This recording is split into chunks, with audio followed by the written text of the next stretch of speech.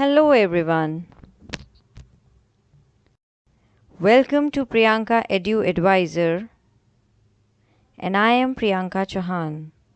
Today we will study class 9th Science chapter 15 part 2 Improvement in Food Resources. The part 1 is already uploaded on the channel. You may check out the video. This is the part 2 of the chapter Improvement in Food Resources. Now the topic is cropping patterns. Different ways of growing crops can be used to give maximum benefit.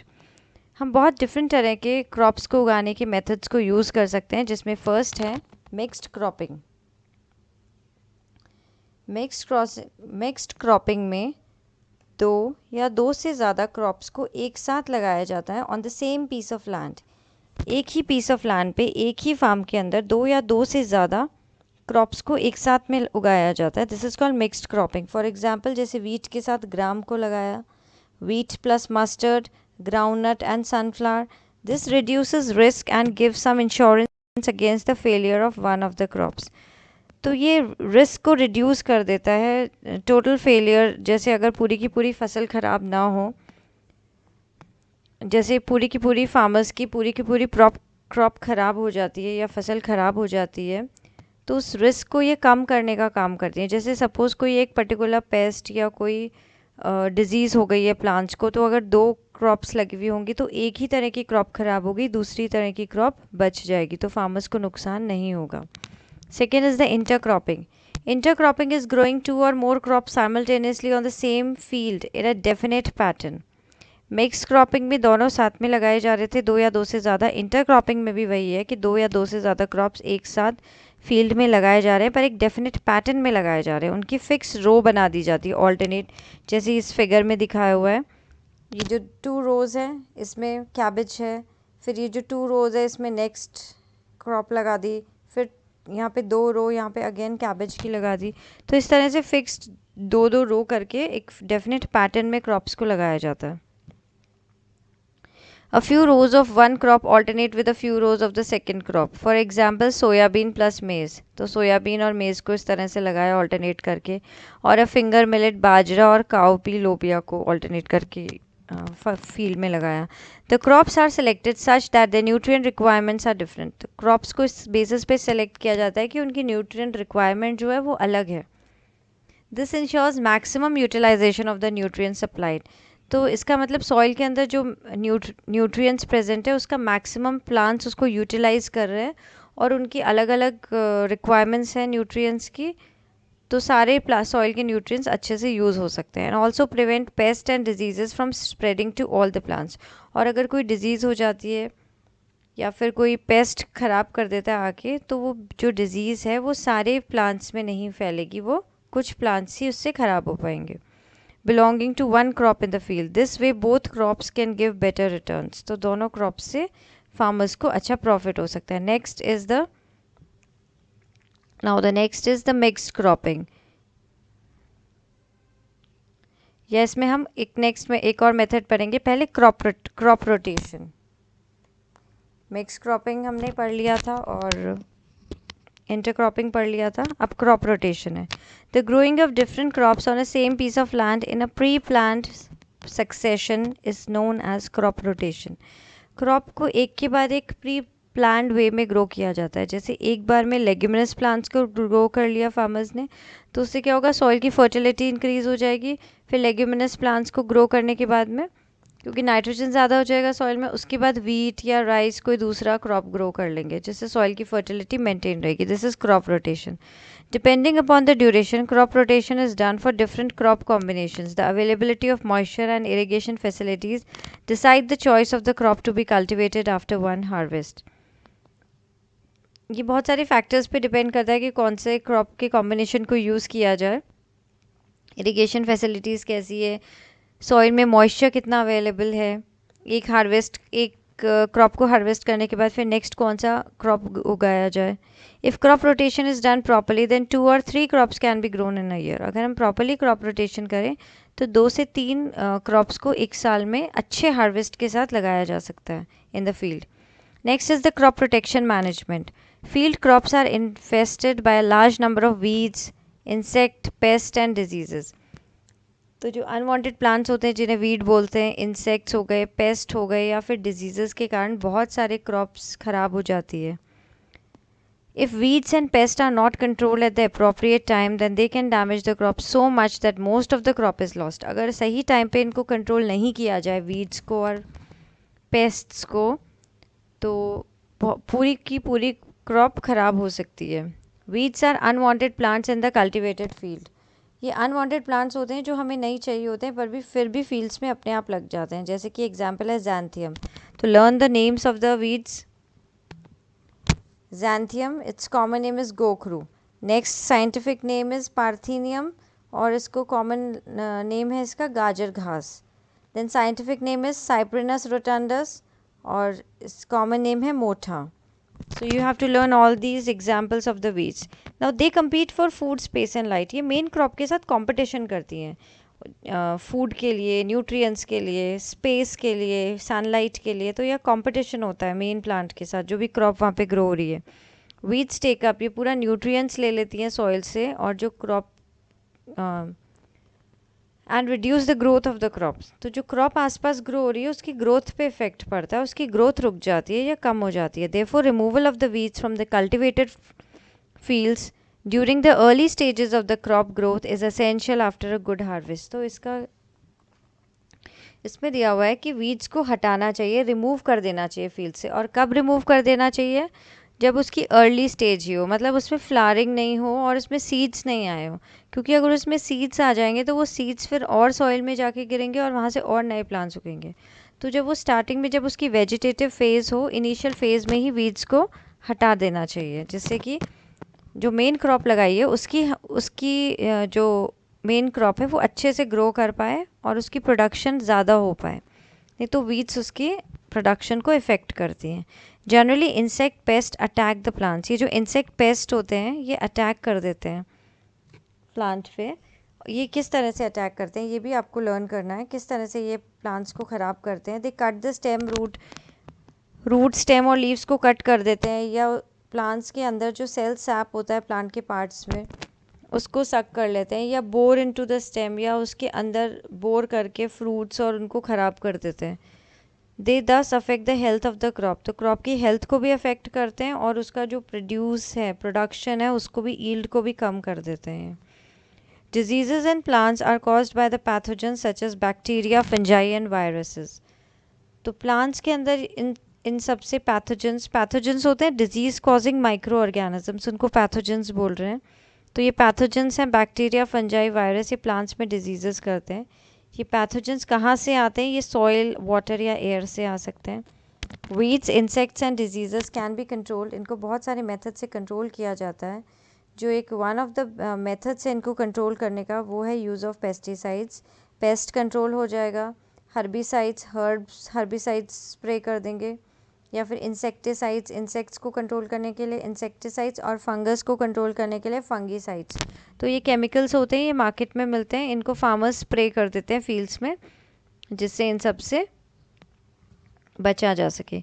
These chemicals are spread on crop plants पे spray किया जाता है, और used for treating seeds and soils, या फिर पहले ही soil में डाल दिया जाता है, या फिर जो सीड्स होते हैं, नए सीड्स, उनको पहले ट्रीट किया जाता है। क्योंकि हमें नहीं पता सीड के अंदर वेदर कोई डिजीज़ है क्या या फंगस है उसके अंदर, तो पहले उसको, सीड्स को ट्रीट किया जाता है, फिर उनको लगाया जाता है, फिर उनको सो किया जाता है फील्ड्स में। However excessive use of these chemicals, excessive अगर यूज़ किया जाए तो वो प्रॉब्लम्स क्रिएट करता है। Since they can be poisonous, क्योंकि ये पॉइजनस होते हैं, कई प्लांट्स और एनिमल स्पीशीज़ के लिए पॉइजनस होते हैं, और ये एनवायरनमेंट में पॉल्यूशन भी करते हैं। Weed control methods also include mechanical removal. Mechanical removal मतलब हाथ से उसको रिमूव कर दिया जाए। Preventive methods such as proper seed bed preparation, timely sowing of the crops, intercropping, crop rotation, ये जितने भी मेथड्स हैं इन सब से वीट को कंट्रोल किया जा सकता है। तो वीट कंट्रोल के ये मेथड्स हैं। Some other preventive measures against pest are the use of resistant varieties. कुछ ऐसी रेजिस्टेंट प्लांट की वेराइटीज़ यूज़ की जाएँ जो पेस्ट के अगेंस्ट रेजिस्टेंस है, पेस्ट उनको ख़राब नहीं कर सकते। समर प्लोइंग, समर में प्लोइंग करने से क्या होता है, नीचे की डीप जो लेयर्स में जो सीड्स हैं, वीड्स हैं, वो डिस्ट्रॉय हो।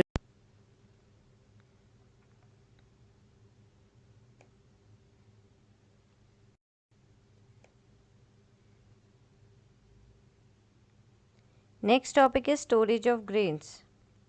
जब हार्वेस्टिंग के बाद जब कट कर लिए जाती है क्रॉप को, जो सीड्स हैं या जो ग्रेन्स हैं, सीरियल्स, पल्सेस, जो भी हार्वेस्टिंग के बाद फार्मर को ऑब्टेन होती है, अब उसको स्टोर कैसे किया जाए। प्रॉपर स्टोरेज बहुत इंपॉर्टेंट है, क्योंकि स्टोरेज के टाइम पे भी एग्रीकल्चरल प्रोड्यूस जो फार्मर्स को जैसे ग्रेन्स ये सब प्रोड्यूस हुआ है, एग्रीकल्चरल प्रोड्यूस, तो इसको बहुत हाई रिस्क होता है, इसके लॉस का बहुत हाई रिस्क होता है इस टाइम पे, स्टोरेज के टाइम पे।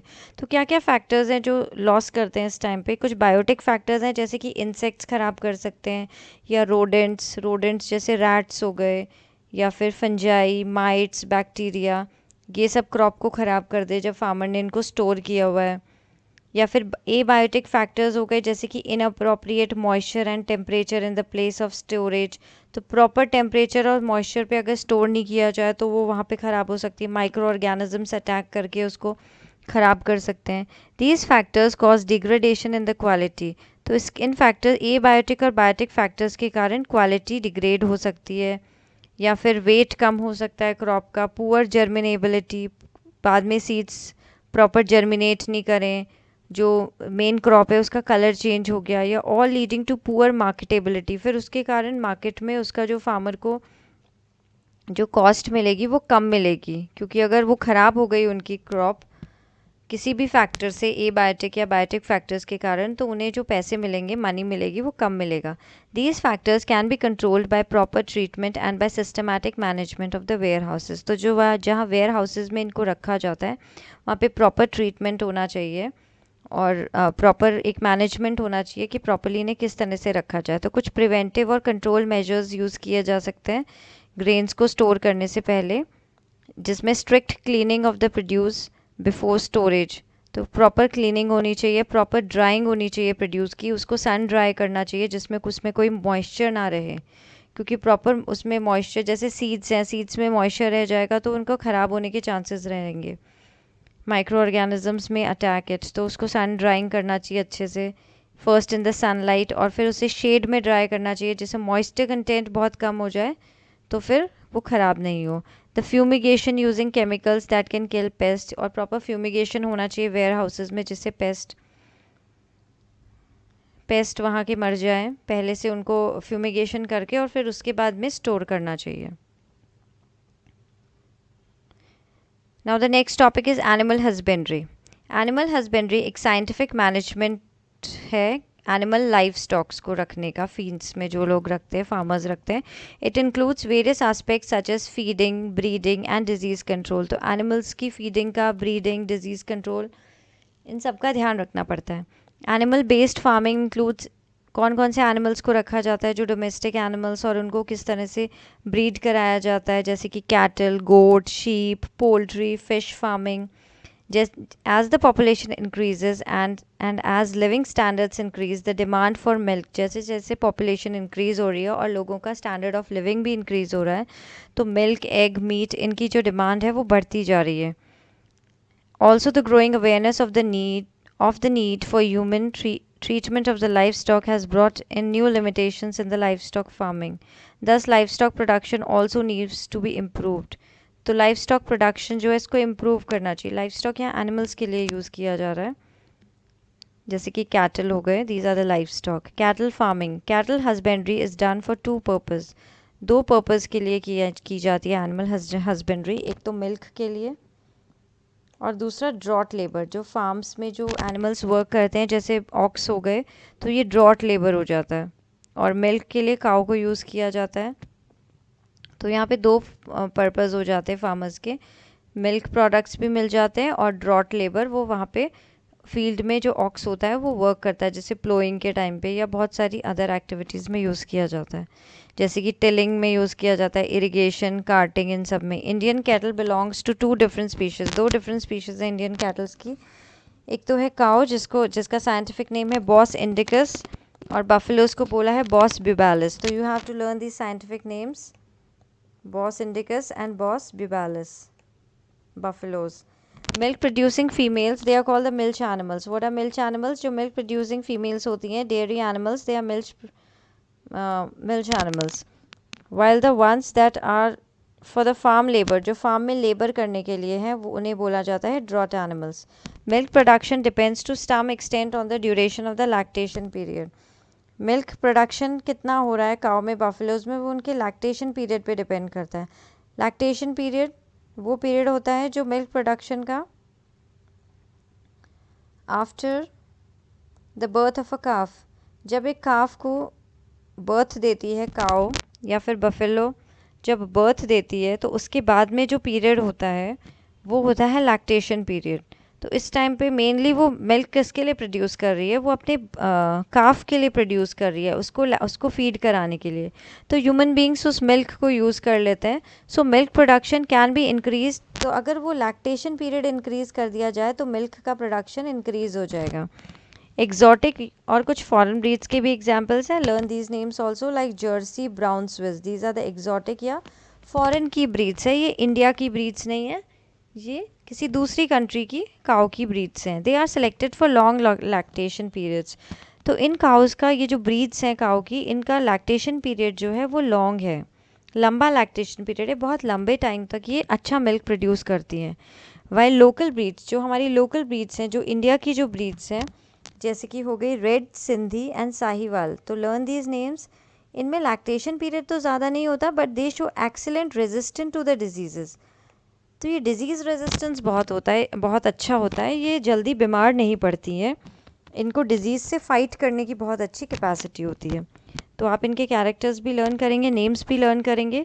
The two can be cross bred, इन दोनों को जब क्रॉस ब्रेड कराया जाता है, एग्जॉटिक वैरायटी और ये जो इंडिया की लोकल वैरायटीज़ है, लोकल ब्रीड्स हैं जो काऊ या बफेलोज़ की, तो इनको क्रॉस ब्रीड करा के जो एनिमल्स मिलते हैं, जो नेक्स्ट जैसे काऊ जो काफ होगा उसमें दोनों वैरायटीज़ होगी। एक तो उसमें लैक्टेशन पीरियड भी ज़्यादा होगा, मिल्क प्रोडक्शन भी ज़्यादा होगा, और दूसरा डिजीज़ रेजिस्टेंस भी होगी। तो ये ब्रीडिंग से न्यू इम्प्रूव्ड वैरायटीज़ प्रोड्यूस करी जाती हैं। Next is the proper cleaning and shelter facilities. तो जहाँ पे जो एनिमल्स रह रहे हैं वहाँ पे क्लीनिंग प्रॉपर होनी चाहिए, शेल्टर फैसिलिटीज़ अच्छी होनी चाहिए, उनके साथ अच्छा बिहेव करना चाहिए एनिमल्स के साथ। For the health of the animals and for the production of the clean milk as well, animals require regular brushing, उनकी बॉडी की रेगुलर ब्रशिंग होनी चाहिए, जिससे कि उनकी बॉडी पे जो डर्ट है उसको हटाया जा सके, लूज़ हेयर को हटाया जा सके। जहाँ पे वो शेल्टर जहाँ रखा जाता है, वो जो प्लेसेस हैं वो वेल वेंटिलेटेड होनी चाहिए, प्रॉपर वहाँ एयर का प्रॉपर वेंटिलेशन होना चाहिए रूफ शेड्स के अंदर। उन्हें रेन, हीट, कोल्ड से प्रॉपर बचाया जाए। और जो फ्लोर है वो स्लोपी होना चाहिए, जिससे कुछ ढलान होती है ना इस तरह से, जिससे कि वो जो डंग वगैरह है वहाँ पे काऊ का या और दूसरे कैटल्स का, उसको ईजिली वहाँ से रिमूव किया जाए और वो जगह ड्राई रह सके। The food requirements of the dairy animals, दो तरह की फूड रिक्वायरमेंट्स होती हैं। Maintenance requirement, which is the food required to support the animal, एक हेल्दी लाइफ जीने के लिए एनिमल को जो फूड चाहिए वो।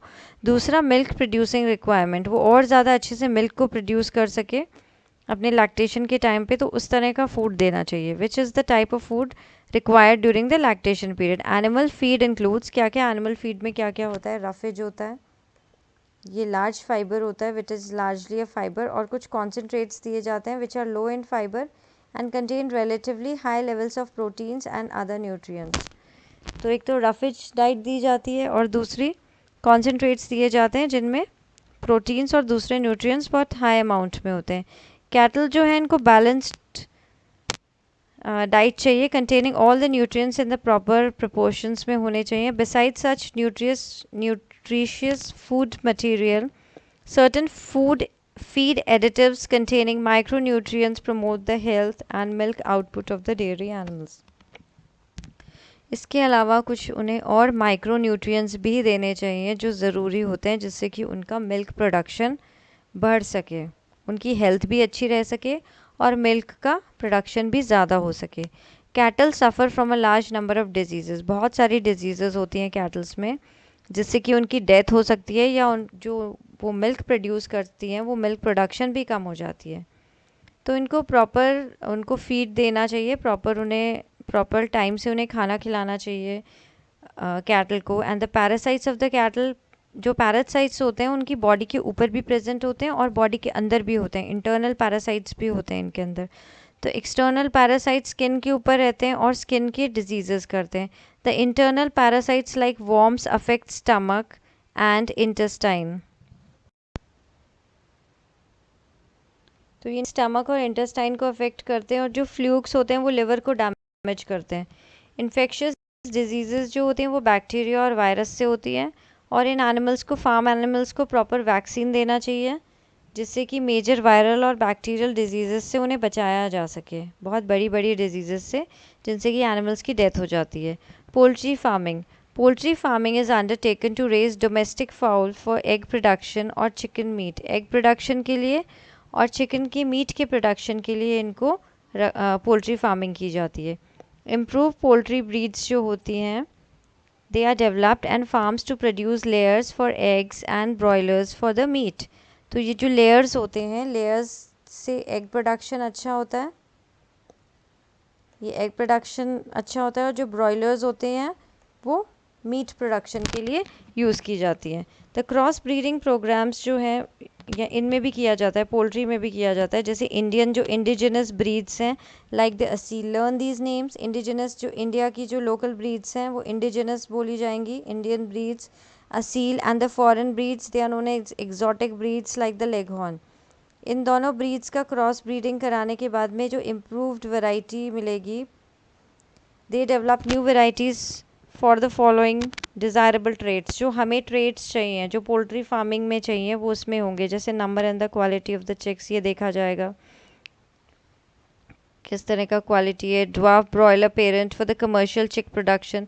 जो ब्रॉयलर पेरेंट होगा वो ड्वार्फ होगा कमर्शियल चिक प्रोडक्शन के लिए। Summer adaptation capacity, tolerance, high temperature के लिए कितना हाई टॉलरेंस है ये देखा जाएगा। तो ये सारे पहले फैक्टर्स को माइंड में रखा जाएगा, फिर क्रॉस ब्रीडिंग की कराई जाएगी। Low maintenance requirements, reduction in the size of the egg laying bird with ability to utilize more fibrous cheaper diet formulated using agricultural by products. तो एग्रीकल्चरल बाय प्रोडक्ट्स, एग्रीकल्चर के साथ में जो by products मिलते हैं उस time पे, वो किस तरह से मतलब चीप डाइट दी जाए उनको और उसमें वो ज़्यादा एग्स दे सके birds. Next is the egg in the broiler production. Broiler chickens are fed with vitamin rich supplementary feed. इनको विटामिन रिच खाना दिया जाता है for the growth rate and feed and better feed efficiency. उनकी care भी करी जाती है to avoid mortality. Mortality means death rate, उनका डेथ रेट कम हो। टू मेंटेन फेदरिंग, उनमें अच्छे से फेदरिंग, ये सब क्वालिटी अच्छी रहे। They are produced as broilers and send to the market. तो ब्रॉयलर्स प्रोड्यूस किए जाते हैं और फिर इनको मार्केट में मीट के लिए भेजा जाता है। For good production of poultry birds, good management practices are important. अच्छी मैनेजमेंट प्रैक्टिसेस होनी चाहिए अगर अच्छा पोल्ट्री बर्ड्स का प्रोडक्शन करना है। तो अच्छा वहाँ पे जो टेम्परेचर मेंटेनेंस है वो प्रॉपर होना चाहिए। कंडीशंस हाइजीनिक होनी चाहिए जहाँ पे इन बर्ड्स को रखा जा रहा है, in the housing and the poultry feed. और अच्छी हाइजीनिक कंडीशंस होनी चाहिए, सेफ़, जिसमें वो अच्छे से रह सके, बीमार नहीं हो वो। As well as prevention and control, उनकी डिजीज़, वहाँ पे कोई डिजीज़ नहीं स्प्रेड हो पोल्ट्री के अंदर या पेस्ट वहाँ पे नहीं हो। The housing, nutritional, environmental requirements of broilers are somewhat different from those of egg layers. तो ब्रॉयलर्स की जो रिक्वायरमेंट्स होती हैं वो एग लेयर्स से थोड़ी अलग होती हैं। हाउसिंग की, उनकी न्यूट्रिशनल, उनको जो खाना दिया जा रहा है, उनकी एनवायरमेंटल रिक्वायरमेंट्स, ये सब अलग होती हैं ब्रॉयलर्स की और एग लेयर्स की। The daily food requirement for broilers, ये प्रोटीन रिच होना चाहिए ब्रॉयलर्स के लिए, तो विद एडिक्वेट फैट, मतलब वो फैट भी मिलना चाहिए जिससे वो मोटी हो, तो ज़्यादा चिकन या मीट मिले। And the level of the vitamin A and K are kept high in the poultry feeds. तो विटामिन ए और हाई किस तरह की डाइट देनी चाहिए ये भी लर्न करना है। Poultry fowl suffer from a number of diseases होती हैं इनको भी, जैसे कि वायरस से, bacteria, fungi, parasites, as well as from the nutritional deficiencies. अगर उन्हें प्रॉपर खाना नहीं दिया जा रहा, प्रॉपर जो उन्हें न्यूट्रिएंट्स चाहिए फूड में वो नहीं दिए जा रहे, तो न्यूट्रिशनल डेफिशिएंसीज हो जाती हैं। These necessitate proper cleaning, sanitation, spraying of the disinfectants at the regular intervals. तो इन सारी चीज़ों का ध्यान रखना चाहिए, जहाँ पे वो किस कंडीशन में रह रही है, वहाँ प्रॉपर क्लीनिंग होनी चाहिए, सैनिटेशन होना चाहिए, डिसइंफेक्टेंट स्प्रे करते रहना चाहिए। अप्रोप्रिएट उनको टाइम टू टाइम वैक्सीनेशन देना चाहिए जिससे कि उनमें इन्फेक्शियस डिजीजेस स्प्रेड नहीं हो, to reduce the loss of the poultry during an outbreak of the disease. अगर कभी कोई वहाँ पे एक बीमारी फैल जाए तो पहले से उनको वैक्सीनेशन अगर दे दें तो वो डिज़ीज़ स्प्रेड नहीं होती पूरी पोल्ट्री, नहीं तो कुछ ऐसी डिजीज़ेज़ हो जाती हैं जिससे पूरी की पूरी पोल्ट्री फार्म में पहुँच वो स्प्रेड हो जाती है और पूरे सारे के सारे बर्ड्स वहाँ पे मर जाते हैं। Next topic is fish production. Fish जो है एक चीप सोर्स है एनिमल प्रोटीन का इन are food, in are diet. Fish production includes the finned true fishes हो सकती हैं इसमें, जिसमें फिन्स होते हैं, ये ट्रू फिशेज़ हो सकती हैं, या फिर शेल फिशेज़ हो सकती हैं, ये भी लोग खाते हैं, prawns and molluscs. There are two ways of obtaining fish, दो वेज़ हैं, एक तो नेचुरल रिसोर्सेज से ऑब्टेन की जाए, जो जैसे फिशरमैन जाके पकड़ते हैं नेचुरल रिसोर्सेज से, सी, ओशन, रिवर्स, यहाँ से जाके पकड़ा जाता है, और which is called the capture fishing. And the other way is the fish farming, और दूसरा मेथड है fish farming which is also called the culture fishery. एक मेथड कैप्चर फिशिंग है, दूसरा है कल्चर फिशरी। दो मेथड से फ़िश को ऑब्टेन किया जाता है। The water source of the fish can be other sea water भी हो सकता है, वो फ्रेश वाटर भी हो सकता है, दोनों वाटर्स में प्रेजेंट होती हैं fishes, rivers and ponds. Fishing can thus be done by the capture and the culture of the fish in the marine and the fresh water ecosystems. दोनों इकोसिस्टम्स में ये किया जा सकता है, culture and the capture method. Marine fisheries, India का जो coast line area है वो 7,500 किलोमीटर्स का एक लॉन्ग कोस्ट लाइन एरिया है। तो यहाँ पे मराइन फिशरी का ये एक रिसोर्स हो गया एक तरह से, and the deep seas beyond it. So the popular marine fish varieties, कौन कौन सी मराइन फिश वेराइटीज़ हैं, ये नेम्स लर्न करने हैं आपको। Pomfret, mackerel, tuna, sardines and the Bombay duck. These are the popular marine fishes. Marine fishes, they are caught using some kind of fishing nets from the fishing boats. तो fisherman इनको fishing boats पे जाते हैं और fishing nets use करके इनको मछलियों को पकड़ते हैं। Yields are increase by locating large schools of fish in the open sea using the satellites and echo sounders. तो कुछ modern technique, scientific methods use किए जाते हैं सैटेलाइट्स की हेल्प से, इको साउंडर्स। तो जहाँ पे ज़्यादा फ़िश हैं, एक बहुत बड़ा जो ग्रुप होता है फ़िशेस का, उसे स्कूल बोला जाता है। एक ग्रुप जो फ़िश का ग्रुप होता है, स्कूल्स। तो ये देखते हैं कि कहाँ पे बहुत ज़्यादा फ़िशेस का स्कूल है, वो सैटेलाइट से या इको साउंडर्स मेथड से देखा जाता है, और जिससे उस टाइम बहुत एक साथ बहुत सारी फ़िशेस को कैप्चर किया जा सके। Some marine fish of high economic value, they are farmed in the sea water. तो सी वाटर में इनको फार्म भी किया जा सकता है, जिनकी हाई इकोनॉमिक वैल्यू होती है, जैसे कि finned fishes like mullets, bhetki, और pearl spots, shellfish like the prawns, mussels and oysters, as well as the seaweed. तो इन सबको फार्म भी किया जाता है, इन सबको वहाँ पे कल्चर कराया जाता है वहाँ पे मराइन सी वाटर में। ओइस्टर्स आर ऑल्सो कल्टिवेटेड, ये तो हम सबको पता है कि ओइस्टर्स से पर्ल मिलता है और इनको कल्टिवेट कराया जाता है, ओइस्टर्स में से pearls they make. Now the next this diagram, ये नेम्स जो हैं ये लर्न करने हैं। Fresh and marine prawns, like fresh marine का नेम है मैक्रोब्रैकियम रोजनबर्गी। तो these are the scientific names. और ये मराइन प्रॉन है पीनियस मोनोडॉन। तो इनके आपको ये साइंटिफिक नेम्स भी लर्न करने हैं। This can also come in the exam. ये जो डायग्राम्स दिए होते हैं आपको, डायग्राम्स में भी क्या क्या नेम्स दिए हुए हैं वो लर्न करने होते हैं, या डायग्राम्स ध्यान रखने होते हैं। कई बार डायग्रामेटिक बेस्ड क्वेश्चंस भी आ जाते हैं। As marine fish stocks get further depleted, the demand for more fish can also be met by some culture fisheries. अगर वहाँ पे स्टॉक्स कम हो जाता है मराइन फिशेस का, या वहाँ पे वो ख़त्म हो जाती हैं, तो कल्चर फिशरीज से हम इस डिमांड को पूरा कर सकते हैं। The practice called the mariculture, इस प्रैक्टिस को मैरीकल्चर बोला जाता है। Inland fisheries, fresh water resources जो हैं, जैसे कि कैनाल हो गए, पॉन्ड्स, रिजर्वायर्स, रिवर्स, ये सब फ्रेश वाटर की सोर्सेज हैं। ब्रैकिश वाटर कौन सा वाटर होता है, जहाँ पे सी वाटर और जो फ्रेश वाटर है दोनों एक साथ मिक्स होता है। ये कौन से होते हैं, इनको बोला जाता है एस्चुरीज या लगून्स। ये भी एक इम्पॉर्टेंट फिश रिजर्वायर्स होते हैं जहाँ पे बहुत सारी फिशेस प्रेजेंट होती हैं। While capture fishing is also done in such inland water bodies and the yield is not high. तो कैप्चर फिशिंग भी यहाँ पे की जाती है। Most fish production from these resources is through aqua culture. Fish culture is sometimes done in combination with a rice crop. Rice crop के इस combination में फ़िश कल्चर किया जाता है, क्योंकि हमें पता है कि जहाँ पे राइस को ग्रो होता है वहाँ पे स्टैंडिंग वाटर होता है फील्ड में बहुत सारा वाटर। तो राइस क्रॉप के साथ में फ़िश भी कर लिया जाता है फील्ड्स के अंदर, क्योंकि राइस को स्टैंडिंग वाटर चाहिए, तो वहाँ पे जो स्टैंडिंग वाटर्स में फिशेस का भी कल्चर हो जाता है। So the fishes are grown in the water in the paddy fields.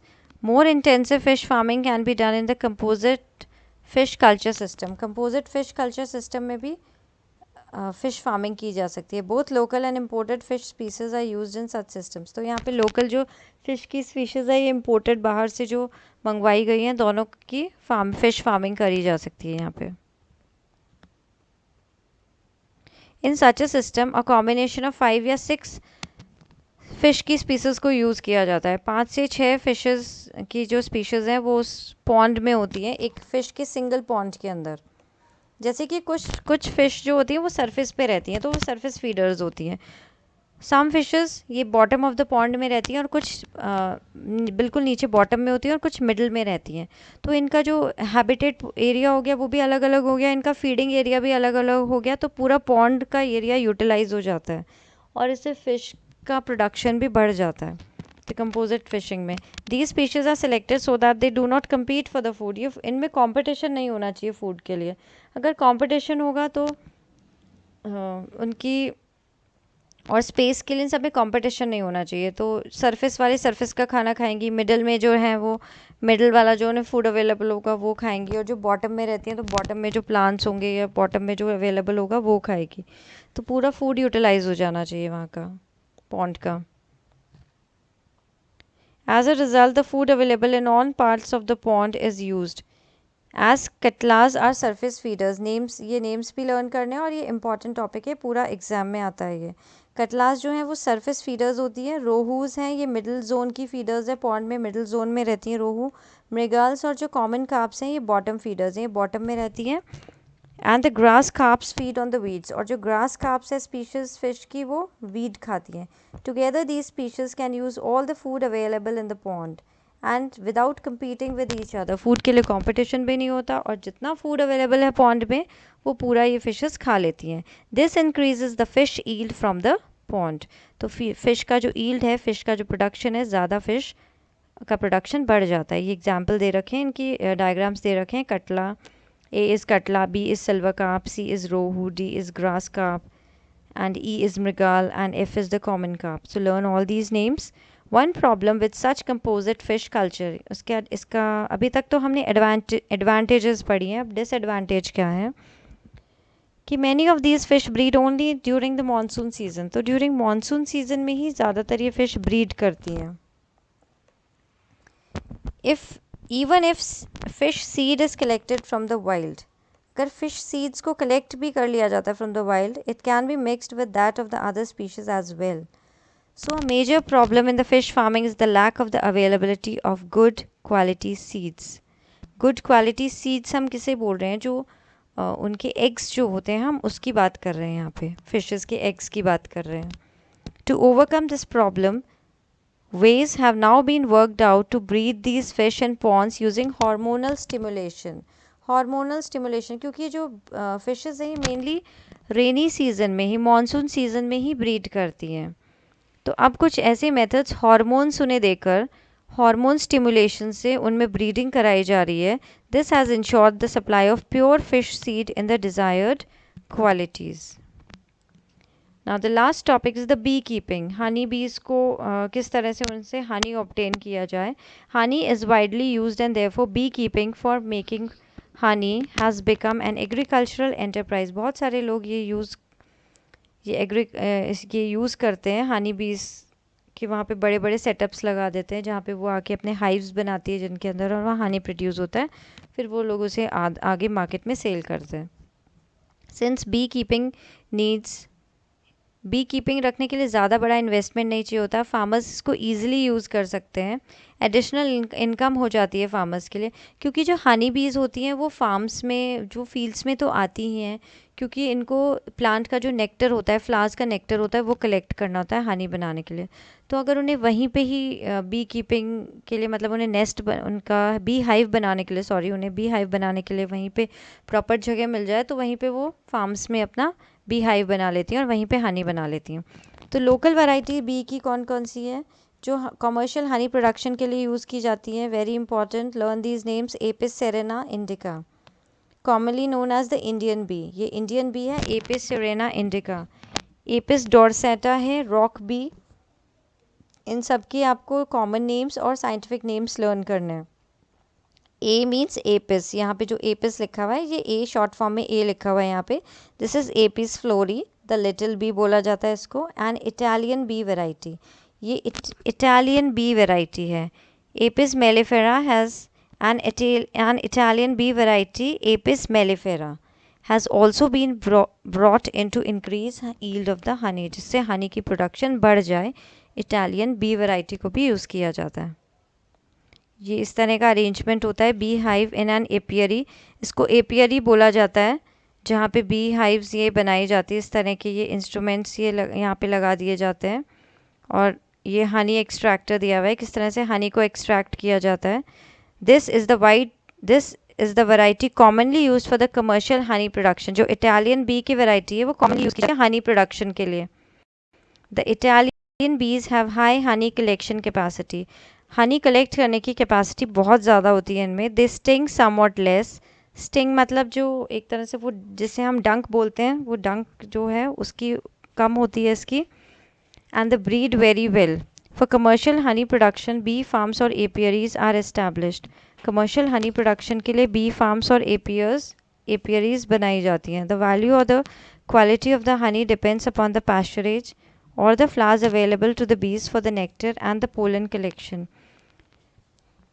तो हनी की क्वालिटी कैसी होगी ये पैस्चरेज पे डिपेंड करेगी, फ्लावर्स कितने अवेलेबल है बीज को for the nectar and the pollen collection. In addition to adequate quantity of pasturage, the kind of flowers available will determine the taste of the honey. So all these factors determine the production of the honey.